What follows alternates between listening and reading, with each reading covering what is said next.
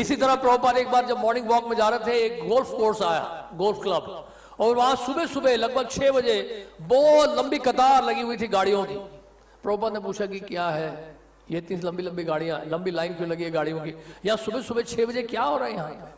प्रभुपाद ने कहा, प्रभुपाद से कहा शिष्य ने, Prabhupada this is golf course, golf club है यहाँ पर, और यहाँ पे लोग, बड़े बड़े लोग जो हैं, और ये जो खेल है it's for the elite class of people, और बड़े बड़े लोग आते हैं यहाँ पर गोल्फ खेलने के लिए। प्रभुपाद ने कहा गोल्फ में करते क्या है? प्रभुपाद ने कहा कि they try to throw the ball inside the pit, inside the ditch. तो प्रभुपाद की आंखों में से आंसू आ गए।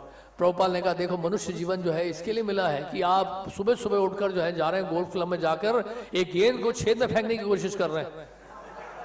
This is how you are wasting your human form of life. मनुष्य जीवन कैसे आप बर्बाद कर रहे हैं, आप देखो। आप दुर्लभम मानुषम जन्म तदपि अर्थदम ध्रुवम। इसलिए प्रहलाद महाराज कहते हैं ये मनुष्य जीवन जो है बड़ा दुर्लभ है, बहुत दुर्लभ है।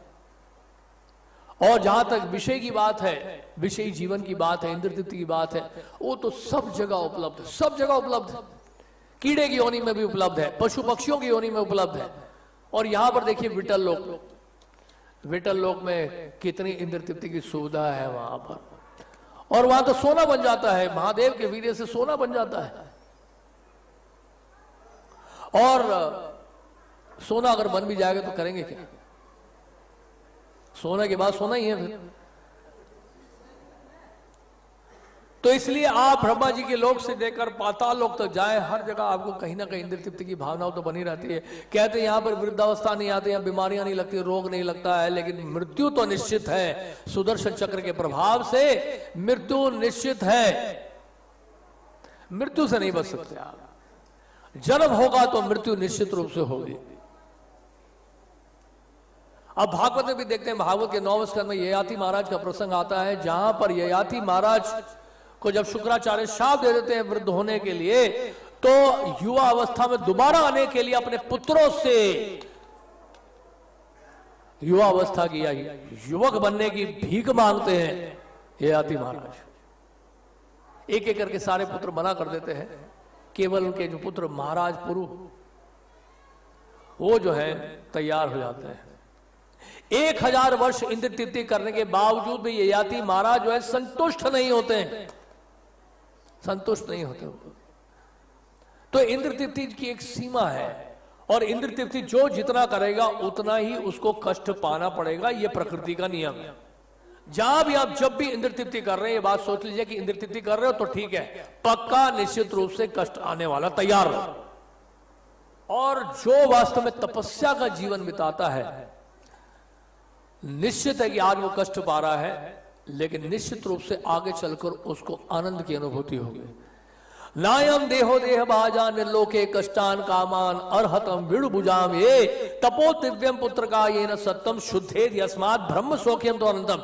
इसलिए भगवान ऋषभ देव कह रहे हैं, क्या कह रहे हैं? भगवान ऋषभ देव ने अपपुत्रों से कहा, 100 पुत्रों से कहा, हे पुत्रों, इस संसार के समस्त देहधारियों में जिसे मनुष्य देह प्राप्त हुआ है, उसे इंद्र तृप्ति के लिए ही दिन रात कठिन श्रम में श्रम नहीं करना चाहिए, क्योंकि ऐसा तो मल खाने वाले कुकर सूकर भी कर लेते हैं। अभी सूकर की कथा सुनी थी ना आपने, कि इंद्र कैसे जो है सूर बने, तो वहां भी उपलब्ध है। ये तो मनुष्य का चाहिए कि भक्ति का दिव्य पाद प्राप्त करने के लिए, पद प्राप्त करने के लिए अपने को तपस्या में लगाए, तपस्या। इसलिए भगवान गीता में कह रहे हैं, श्रद्धावान लभते ज्ञानम तत्परः समितेन्द्रियः। अगर आपको ज्ञान प्राप्त करना है, इस ज्ञान को उपलब्धि करनी है अगर आप, तो क्या करना पड़ेगा? इंद्रियों के ऊपर संयम होना चाहिए, श्रद्धा होनी चाहिए, और इंद्रियों के ऊपर संयम होना चाहिए। नहीं तो क्या होगा? अंजाम अच्छा नहीं है, परिणाम अच्छा नहीं है।